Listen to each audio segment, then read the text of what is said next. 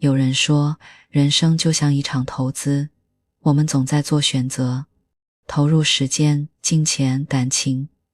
但你有没有发现，很多时候我们明知选择不对，却总是不甘心放手。投资上看到亏损信号，却幻想再等等就能反弹。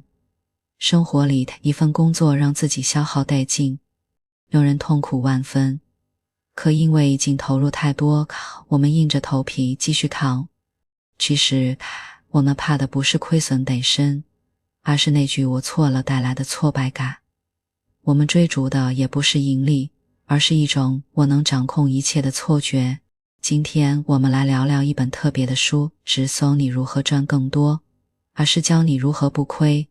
因为止损从来不是认输，而是给成功留机会。它能帮你预设风险上限，保住本金，让你永远有翻身的机会。在人生中，它是一种及时纠错的智慧，让你在错误的路上及时抽身，不把时间和精力浪费在无意义的事情上。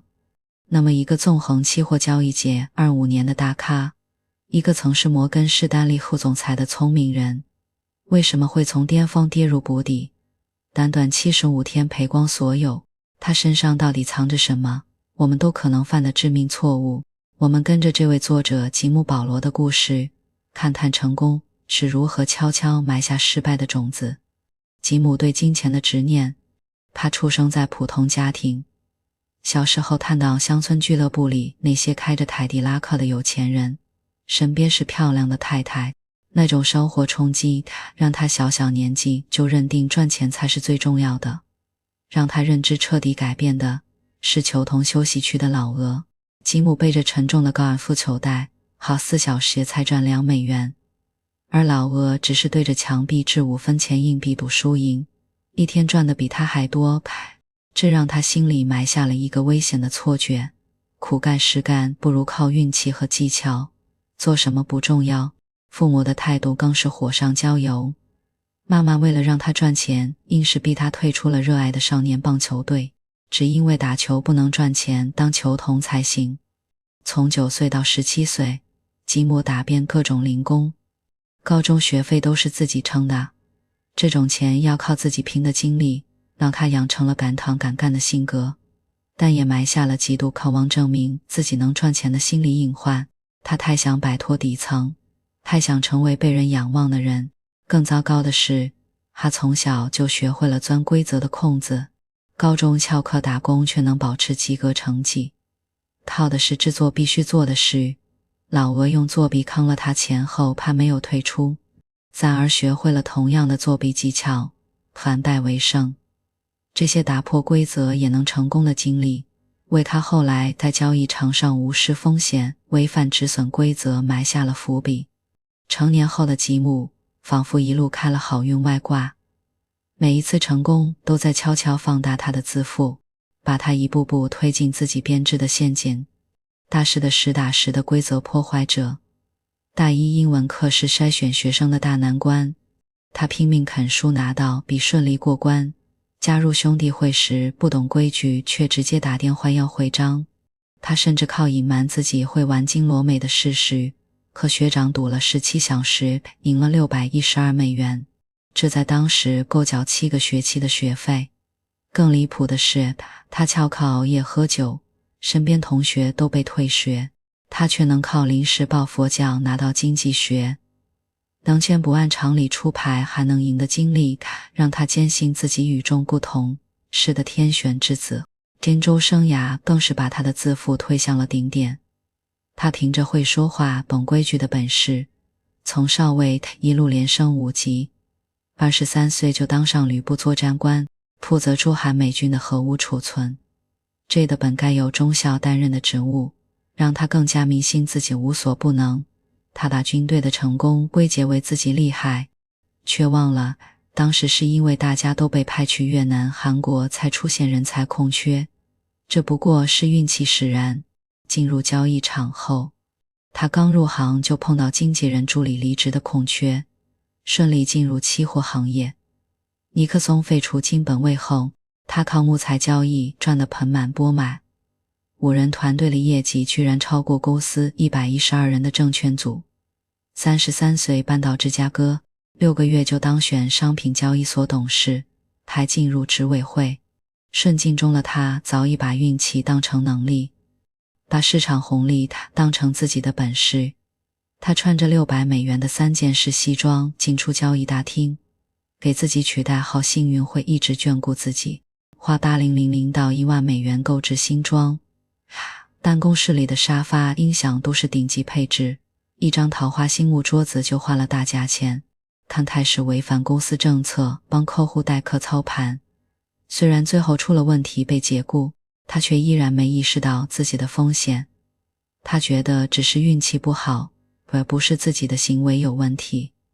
此时的他，偶然的成功被当成必然，打破规则的获利被当成能力，自我膨胀让他看不见市场的风险，也听不进任何提醒。正如吉姆后来反思的，我派驻韩国当作战官，应征时碰到职位空缺是因为幸运，成为交易所执委，但我当时压根没想过这些，只觉得是自己厉害，没有永远上涨的市场。当吉姆赖以生存的运气和市场红利消失时，那些被成功掩盖的隐患一个个爆发，最终把他推向深渊。第一个转折是物财市场的萎缩。20世纪80年代初，利率暴涨导致美国房屋市场就是建房，交易量从每天6000手跌到1000手。吉姆的核心业务遭受重创，但他没有反思市场变化，反而觉得自己的赚钱天赋可以跨领域通用，这是成功给他的另一个错觉。于是他跟风投资阿拉伯马，完全不懂马术的他，听朋友说买马生小马就能大赚，就花2.2万美元买下一匹叫玛瑙的马。结果饲养训练、兽医费用源源不断，最后瓦得了罕见血液病，又花了3万美元治疗，还是不治身亡，前后总共亏了5万美元。这次失败本该让他警醒，但他依然没意识到问题所在，只当是投资失误，转头又扎回了期货市场。第二个转折是黄豆油套利的疯狂，他和朋友科比认定黄豆油会因旱灾涨价，开始大举建立多头价差仓位。一开始市场确实如他们所愿上涨，甚至一天赚了24.8万美元，这让他彻底失去了理智。他四处打电话鼓动所有人跟进，兄弟、朋友、客户甚至秘书都开了户。当市场传来利多消息却不涨反跌时，真诚的交易员都会止损离场，但他却坚信市场错了，我是对的，反而加码持仓。当芝加哥期货交易所通知他仓位套不胜限时，他依然不肯减仓。当韩国科技被击落，市场恐慌下跌时，他强行把利空解读为无关紧要。当周末下雨缓解旱情，他却嘴硬，下雨太迟没用。此时的他已经被自我意识绑架，余味变成了证明自己的工具，而不是投资标的。第三个转折是心理防线的彻底崩塌。从8月到11月，黄豆油价格持续下跌，他每天平均赔2到2.5万美元，保证金缺口越来越大，只能不停向朋友借钱。他从一开始的否认、遭愤怒，再到讨价还价，最后陷入抑郁。直到11月17日，经纪商上门强制平仓，他才从巅峰跌回谷底。75天赔光了160万美元，连朋友的借款都无力偿还。回顾吉姆从成功到崩溃的经历，你会发现其实都是成功埋下的种子在发酵。童年对金钱的执念让他急于获利，让他迷信自己的能力，自我膨胀让他无视规则和风险，最终在市场的反噬中一败涂地。而这一切不是因为他不懂交易技巧，而是因为他没看清，成功有时会放大人性的弱点，让贪婪和自负遮住双眼，直到灾难来临。接下来我们就来拆解他亏损背后的心理逻辑。看看那些藏在顺境里的心理陷阱，到底是如何让我们亲手放大亏损的。吉姆·保罗75天赔光160万美元的悲剧，从来不是市场突然变脸，而是他被贪婪和自负绑架，想错了风险，想错了自己。就像他后来反思的，分析失误只是影子，真正把他推向深渊的是那些藏在顺境里的心理谬误。市场亏损本是客观事实，就像天气会下雨一样正常，但一旦掺杂个人情绪，就会变成摧毁心智的内在灾难。吉姆的经历完美印证了这个从抗拒到崩溃的过程，每一步都藏着我们普通人也会犯的错。他把市场信号当成暂时意外，黄豆油价格当下跌时，吉姆的第一反应是不可能，一定是数据看错了。他无视利多不涨反跌的危险信号，坚信自己对旱灾的判断没错，市场只是暂时糊涂。这种否认本质是害怕承认自己错了，把仓位和自我价值绑在了一起，就像承认自己的判断和能力一文不值。第二阶段，愤怒，他把自身责任推给外部因素。当亏损扩大，吉姆没有反思自己加码的决策，反而怨经纪商执行不力，怨其他交易者盲目跟风。他把所有负面结果都归因于外部，既不肯面对自己违反止损规则的事实，也不愿接受市场的不确定性。这种愤怒让他失去了冷静判断的能力。第三阶段，讨价还价，他把侥幸心理当成救命稻草。随着保证金缺口越来越大，吉姆开始跟市场讨价还价，只要回升到成本价，再撑一周肯定会反弹。他忘了自己最初的交易逻辑，只抱着不想亏的执念硬扛，把希望寄托在不可控的市场反弹上，就像溺水的人抓住一根稻草，却忘了稻草撑不起重量。第四阶段，抑郁，他把局部亏损放大成全面失败。当亏损突破100万美元，吉姆陷入了自我怀疑，之前的成功都是运气。他把一次投资的亏损上升到对自己整个人生的否定，情绪崩溃到连电话都不敢接，彻底失去了调整仓位的最佳时机。第五阶段，认命，他在被动中接受最坏结果，直到经济上，吉姆才从执念中惊醒，但此时早已一无所有。他的认命不是主动止损，这也是最可惜的地方。如果在任何一个阶段跳出情绪，都不至于落到倾家倾产的地步。提示这5个阶段，本质都是自我意识过度介入市场的结果。市场本身没有对错，它只是按规律运行。但当我们把赚钱和证明自己正确画上等号，把亏损和自我失败绑在一起，就会被情绪牵着鼻子走，把小亏损泼成大灾难。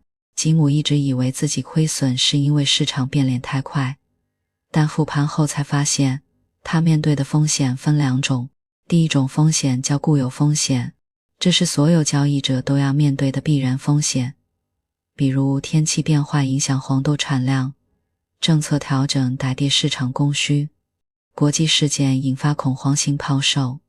就像吉姆遇到的旱灾缓解，韩国科技被击落，这些都是无法提前预判的，市场本身的风险只能接受规避，无法消除。第二种风险叫自创风险，这是被心理谬误放大的人为风险。这把原本可控的小风险，通过一系列错误决策放大成了致命风险。比如明明设定了止损点，却因为不甘心不断调低；明明看到市场信号不对，却因为想证明自己对反而加码；明明不懂阿拉伯马投资，却因为觉得自己无所不能。盲目跨界，吉姆还陷入了危险的组合。他把不有风险当成可以掌控的机会，他总觉得自己能预判天气，能对抗市场情绪，却忘了高手和菜鸟的区别。从来不是能不能避开不有风险，而是能不能不犯自创风险。就像交易员常说的，市场永远会给你机会，但你不能把自己玩死在自己教的陷阱里。吉姆的经历还揭露了一个关键心理谬误，连续成功后会把运气当成能力。他之前靠木材交易赚钱，靠市场红利获利，却误以为是自己天赋异禀，所以敢于违反止损规则，敢于在市场信号不对时硬扛。这种我能掌控一切的错觉，让他不断制造风险，直到彻底失控。吉姆在黄豆油投资中还有一个致命的想错，就是把群众的选择当成正确的信号，跟着市场情绪随波逐流，最后被情绪反噬。他认为群众的本质是情绪传染下的集体失据，市场中的群众从来不是理性的集合。当大家都在谈论黄豆油要涨价，当身边的朋友客户都在加码，吉姆也被这种狂热情绪裹挟，忘了自己最初的交易逻辑。他看到别人赚钱就跟风，就焦虑，完全失去了独立判断的能力。这就是群众心理的可怕之处，它会让你把大家都这么做当成应该这么做，把情绪驱动当成理性选择。追涨杀跌的本质是希望与恐惧的循环，群众心理永远在希望和恐惧之间摇摆。行情上涨时，希望自己能赚更多，于是追涨买入；行情下跌时，恐惧自己会亏光，于是恐慌抛售。吉姆就是这个循环的受害者。旱灾初期，他跟着看涨，希望加码；价格下跌时，他被亏损恐惧绑架，要么硬扛，要么乱操作，最后被市场狠狠收割。吉姆有一个核心洞察，群众永远是错的，不是方向错，不是说群众看好的方向一定不对，而是情绪驱动的决策必然漏洞百出。吉姆跟着群众看涨黄豆油时，没人关心利多不涨反跌的风险信号，没人愿意冷静分析雨水对作物的实际影响，大家只在乎能不能赚更多。这种被情绪冲昏头脑的决策，注定会在市场反转时一败涂地。我当时根本不是在做交易，而是在参加一场情绪派对，我就忘了摊门口的消防空道在哪里。这正是很多人亏损的关键，把市场当成情绪的游乐场，跟着群众的喜怒哀乐走，却忘了市场只认规律不认情绪。其实吉姆的所有想错本质都是同一个问题，他把市场当成证明自己的舞台，而不是赚钱的工具。他把自我意识凌驾于市场规律之上，而不是敬畏市场约束自己。他的亏损不是市场的错，而是他被贪婪自负情绪绑架，一步步走进了自己编织的认知陷阱。而知道了这些想错的根源，接下来要解决的就是如何打破这些心理谬误，如何用规则和计划对抗贪婪和恐惧，如何让止损从被动割肉变成主动保密。止损的智慧从来不是学会放弃，而是学会正确的思考和理性的行动。吉姆保罗赔光160万美元后，没有一蹶不振，反而用余生拆解自己的失败，最终总结出一套止损智慧。他后来之所以能重返交易场，核心不是学会了更厉害的赚钱技巧，他是搞懂了如何不让亏损把自己淘汰。止损从来不是被动割肉，而是主动给成功留足机会。很多人亏损的第一步就是搞混了自己在做什么。吉姆在书里明确说，决定你是投资、交易还是赌博的，不是你买了股票、期货还是基金，而是你的行为特征。这一点直接决定了你的止损逻辑，拎不清就容易乱操作。以下是吉姆的4个核心认知。一、投资的核心是本金安全加合理回报。比如买优质股票是为了分红股息，买房产是为了租金，核心是求稳。止损的意义是避免本金永久性损失，比如公司基本面恶化，行业逻辑崩塌，就该及时退出。摆交易的核心是赚买卖价差，比如做短线期货，股票波动，核心是抓波动，止损的意义是控制单次亏损幅度，比如预设赚 5%， 亏 3%， 到点就走，不恋战。3. 投机的核心是低买高卖转售获利，比如囤稀有商品炒成长股。止损的意义是确认趋势反转就离场，比如原本看涨的行情跌破关键价位就不能硬扛。4.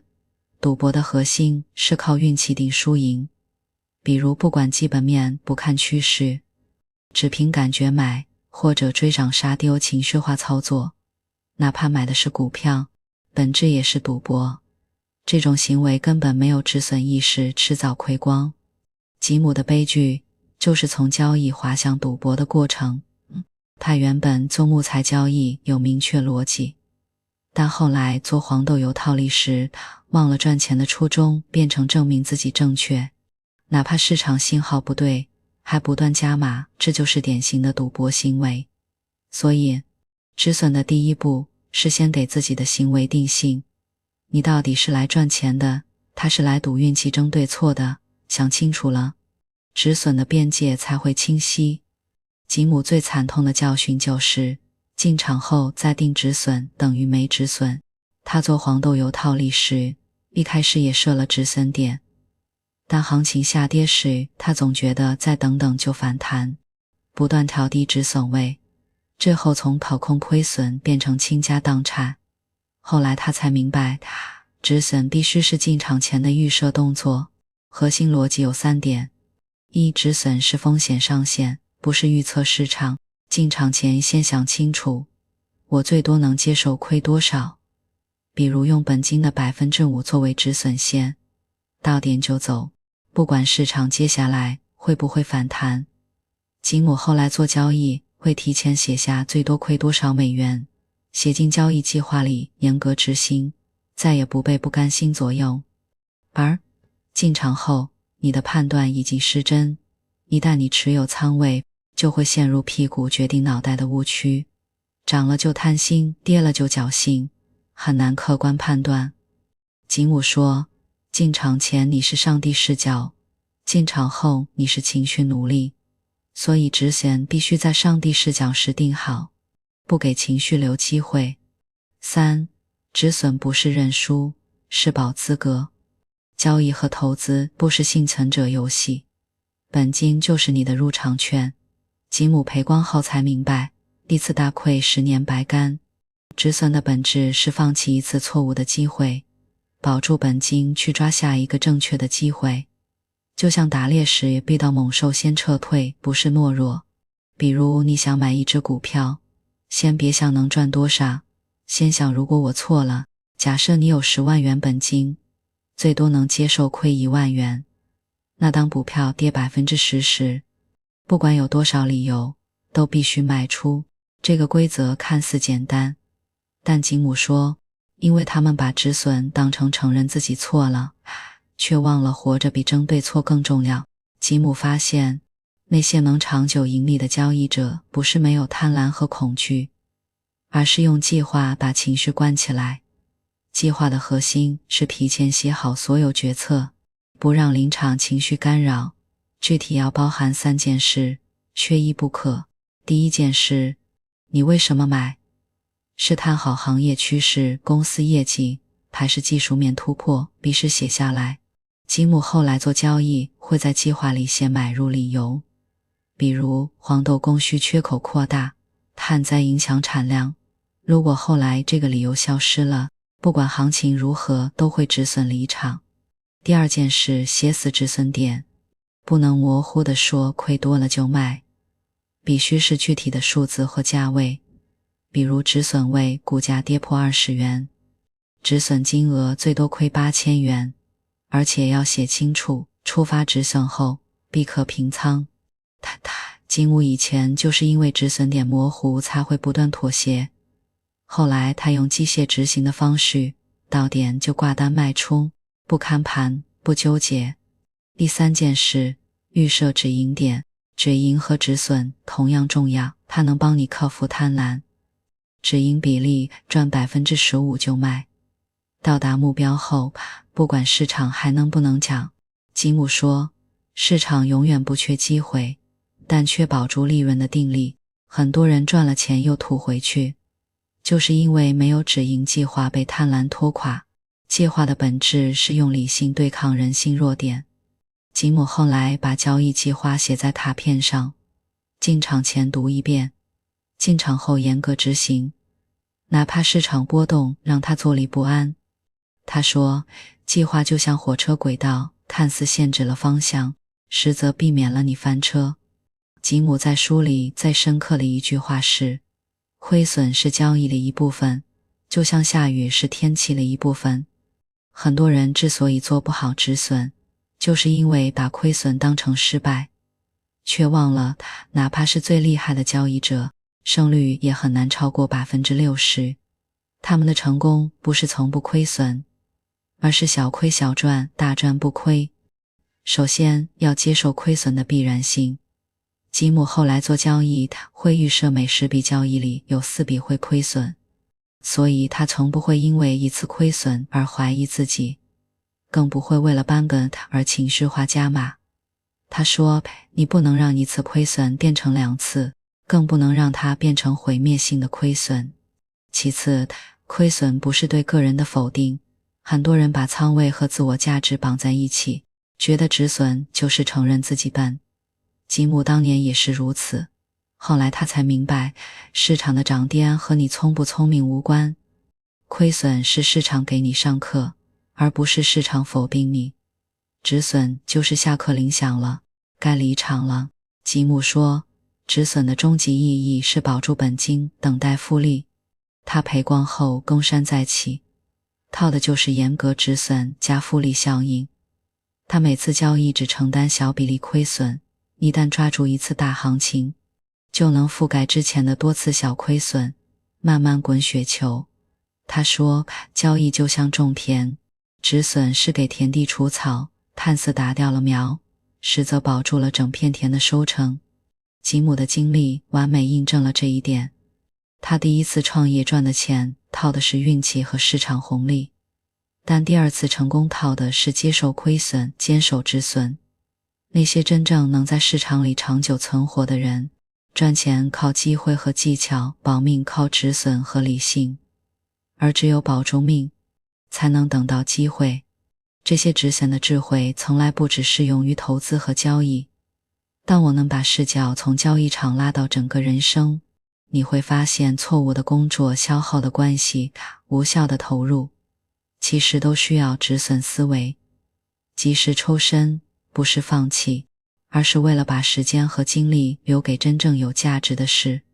职场里很多人抱着已经投入这么久的执念，在消耗型工作里硬扛，就像吉姆无视市场信号，硬扛亏损仓位。他们明知岗位没成长，氛围压抑，却因为沉没成本不愿抽身。但止损思维告诉我们，一份工作如果只剩内耗，及时退出不是逃避，这像保住本金才能等到下一个盈利行情，保住精力才能遇见更有价值的职业赛道。生活中糟糕的关系也需要止损，有些关系里却因为曾经付出太多而舍不得放手，最后把自己拖得身心俱疲。这就像吉姆的自筹风险，却硬要对方不合适，却硬要赌会变好，结果只会放大伤害。止损不是绝情，而是承认这段关系不对，把情绪和时间留给能彼此滋养的人。就像止损是为了保住本金，关系止损是为了保住自己的内心安宁。自我成长中无效的投入更需要止损，比如跟风暴的技能课坚持了很久却毫无进展的爱好，明明知道不适合自己，这就像吉姆在不擅长的阿拉伯瓦投资上浪费金钱。我们在不适合的领域消耗精力，不如及时止损，把资源投向真正能提升自己的地方。止损的本质是懂得取舍，知道什么值得坚持，什么该果断放手。说到底，止损思维的核心是对抗人性的贪婪和恐惧，不贪已经投入的成本，不惧重新开始的未知。投资中止损是保住本金，人生中止损是保住生活的主动权。吉姆后来能东山再起，不仅因为他学会了交易止损，更因为他懂得了接受有些决策会错，接受有些坚持没意义，及时转身才能走得更远。从今天起做任何选择前，不妨问问自己，如果发现错了，我能承受的最大损失是什么？到点我会退出吗？投资如此，人生亦如此，不是无所畏惧，而是学会该停就停。这才是止损思维给我们最珍贵的礼物。